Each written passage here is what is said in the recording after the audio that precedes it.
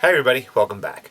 Tony again with Shinsho Yoga, and for this week's video, well, happy solstice. Today is the 21st, 100% right on that one, of December. So for all of us here in the northern hemisphere, this is going to be the shortest day of the year. So I'll talk a little bit about solstice and what that means to spirituality and such, but just practically or physically being that it's the shortest day of the year because of how the poles tilt on the planet, right? So your north and south pole, and all of us in the northern hemisphere, the north pole is tilted as further away from the sun as it can be, so it's a very short day, right? Long night, short day. Right? Of course, summer solstice tilts the other way. So those if you're watching in the southern hemisphere, this might be your longest day, and it's our shortest day. So going forward from here, it's going to get for all of us in the northern hemisphere. The days are going to start getting longer, and I know many of us, including myself, enjoy the longer days. I'm a big fan of sunlight, so I love the long days of summer, and the short days of winter I can find to be challenging. Many religions and spiritualities throughout the centuries have regarded this day as a special day, and many others, like the summer solstice too. The biggest one probably being the Roman concept of Saturnalia was celebrated on this day because that's where the transition or the closest to Christmas comes, right? So the way the history goes, from my understanding, that the church wanted to be able to get all of the pagans to be able to come to Christianity. So one of the things they had to do was maintain their festivals and some of their beliefs, and one of them being the solstice celebration, and that's why we celebrate Christmas around this time, the birth of Jesus, because they wanted to be able to maintain. The easiest way to transition them is have them celebrate similar things. Well, you have the summer solstice, the winter solstice. Well, we have Christmas, right? It's where Halloween supposedly comes in too. All Saints' Day falls at the same time as Samhain, as the harvest festival, and things like that. So there is a crossover in the different religions for this day. But what does it mean when it comes to spirituality, right? How does it mean? I mean, you could look at it in an astrological way, right? How the planets align on these days and things like that. But in spiritual or an energetic way, the best way I could say come down to is an energetic way, right? Energy, what does it do? All of these things that happen, like a summer solstice, a full moon, a new moon, an eclipse, all of these things are energy shifts, right? It's a shift in energy. We can often, in the different spiritual veins and the different beliefs, people assign different meanings to them, right?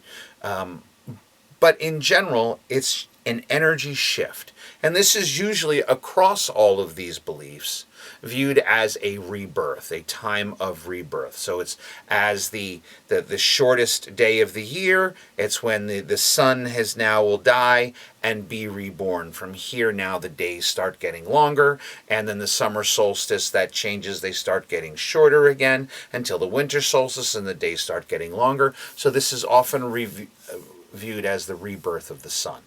But again, it's a shift in energy. When energies change, when energies shift, all we have to do is be aware and move with the shift. Sometimes there's people that do rituals on days like today, whether you're going to, spend extra time in meditation, or you're going to fast, or you have a specific type of cleansing ritual that you do. That's really up to the person and what matters to them. The basic of it is just understanding there is a shift in energy now. And understand when energy shifts in the world, it's a subtle shift, right? It's not as if, it's not like all of a sudden tomorrow we're going to have 10 hours of light, right? It's going to slowly change from here. And that's in any of the things that we do, especially when we're looking at these different types of celebrations or monumental days in any type of religious or spiritual context or anything like that. It's just being aware that these days our energies are shifting. And the only thing that we have to do with the shifting of energy is be present in the moment. Just as we do with everything, right? We be present in the moment, we pay attention to what's going on, and we move with the flow of energy, right? Don't resist the flow, we move with the flow. Right?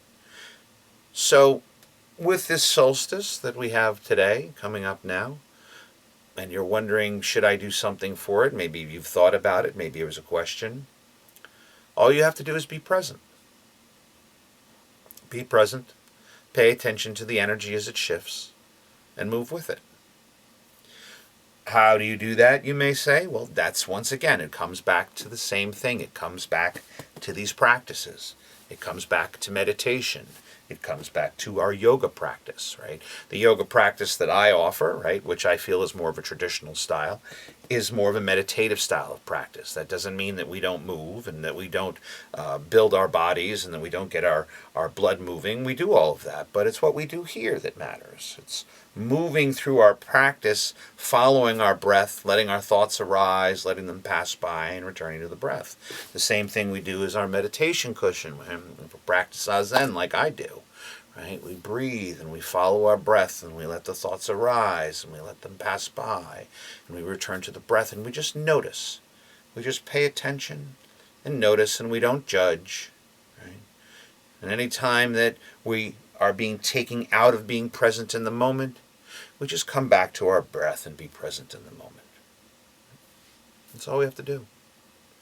I have to remind myself of it all the time. It sounds very simple, but it can be very challenging to do, and we can get caught up in the everyday things that go on in life and feel that they're important, when all we have to do is just be present. Be present in whatever we're doing and move with the flow of energy. So, if you're wondering what to do on the solstice, just breathe and follow your breath. Let the thoughts arise, let them pass by, and return to the breath. Just as we always do. So, that's it. A little short message for today. Happy solstice, happy rebirth to the sun. And as always, take from that what serves you and get rid of the rest. But that doesn't mean take what's comfortable and get rid of what's uncomfortable, because we often need what's uncomfortable to serve us. Thanks again for watching. Namaste.